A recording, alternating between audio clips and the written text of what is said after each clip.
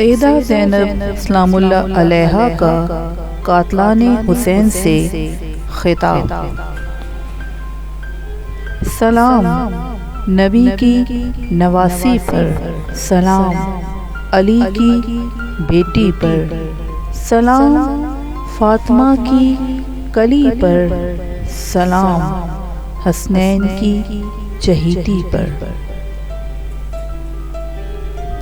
10 محرم 61 ہجری کو جب امام حسین علیہ السلام نے اصحاب باوفا کے ساتھ جامِ شہادت نوش فرما چکے تو کربلا کی زمین پر قیامت برپا ہوئی۔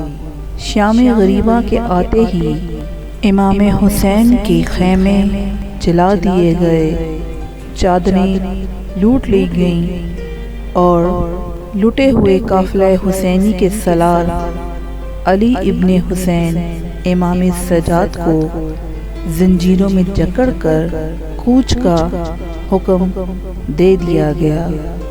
ایسے میں سیدہ زینب اپنے جہاد پر فائز ہوتے ہوئے قافلے کے ہر مسافر کی ڈھارس بندھاتی ہیں۔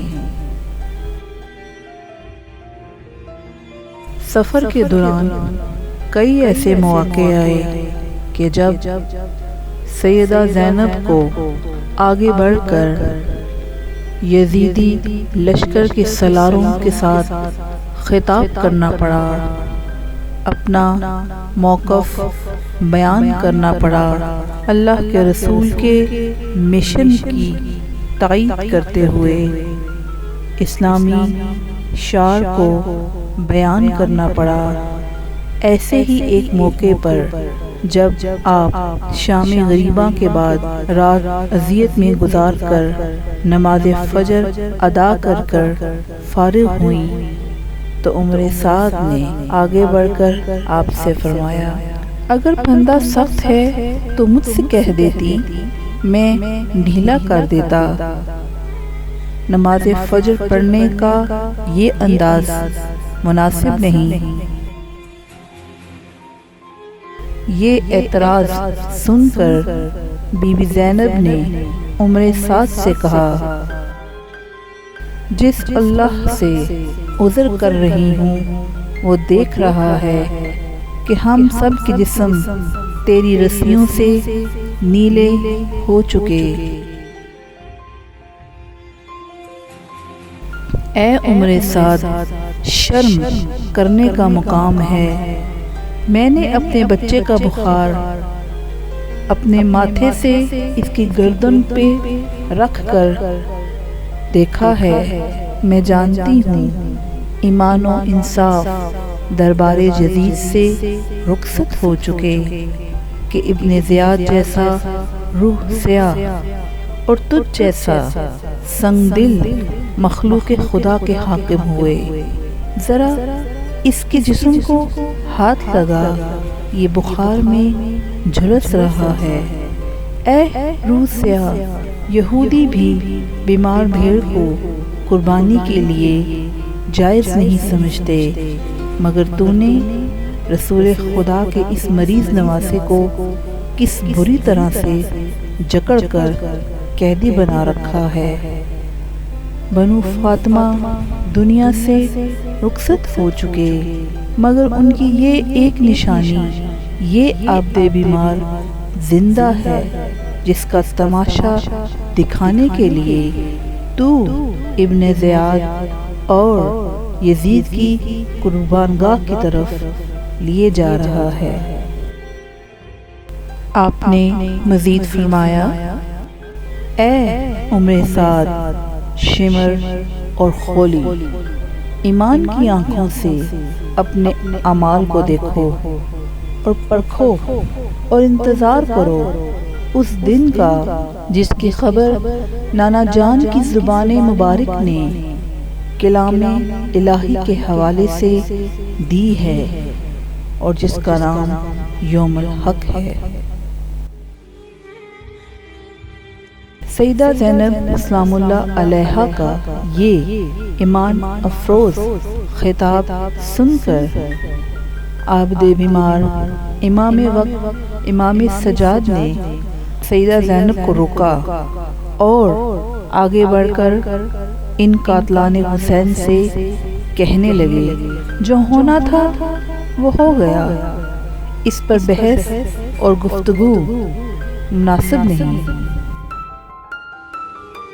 ہاں، ہم عمر سعد سے ایک درخواست کرنا چاہتے ہیں کہ ہمارے والد کا سر جو رات بھر ہماری آنکھوں کے سامنے پڑا رہا ہمیں دے دے۔ ہم سے زیادہ بدبخت انسان دنیا میں کون ہوگا کہ رسیوں میں اس طرح گرفتار ہیں کہ ذرا بھی سرک نہیں سکتے، مگر دل میں خواہش ضرور رکھتے ہیں کہ حسین کا سر میری گود میں ڈال دیا جائے، میں اسے سینے سے چمٹائے ابن زیاد اور یزید کے دربار میں ہنسی خوشی چلا جاؤں گا۔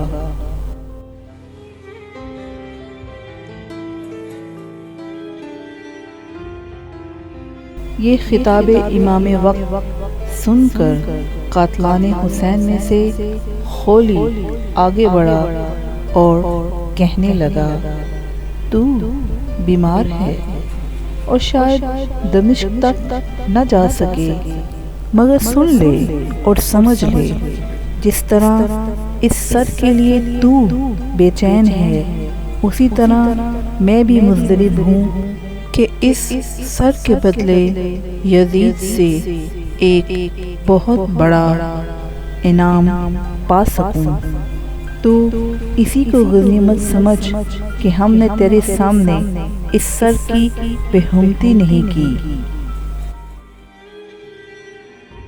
یہ دل خراش الفاظ سن کر امام وقت امام سجاد خاموش ہو گئے، مگر مسلم بن عقیل کا خاندان جو اس قافلہ حسینی کے ہمراہ چل رہا تھا، وہاں سے مسلم کی شہزادی آگے بڑھ کر خولی سے کہنے لگی چپ، زبان روک، ایسی گستاخی نہ کر کہ زمین تجھ کو نگل لے۔ یہ سر جو تیرے سامنے پڑا ہے آج بھی دونوں جہاں کا مالک ہے۔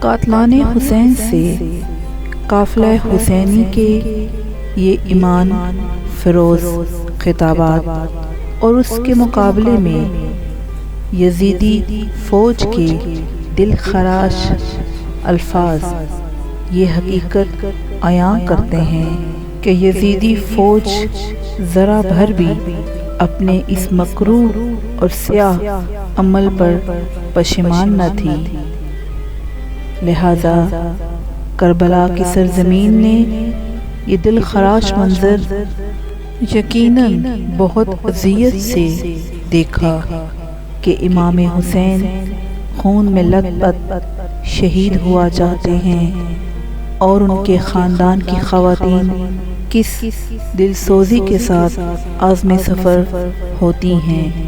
قافلہ حسینی اسیر ہو چکا، شہداء کے سر اکٹھے کر لیے گئے۔ دوپہر کے بعد قاتلان حسین نے کوچ کا حکم دیا۔ روانگی سے قبل اس ملعون فوج یزید نے کوچ کے شادیانے بجائے، لشکر یزید خوشی کے نعرے لگاتا رہا، مگر دوسری طرف امام مظلوم کربلا کا قافلہ اپنے شہیدوں کے مظلوم سروں کو دیکھ دیکھ کر آنسو بہاتا رہا، اور اسی اثناء میں یہ قافلہ کوفہ کی طرف رواں ہوا۔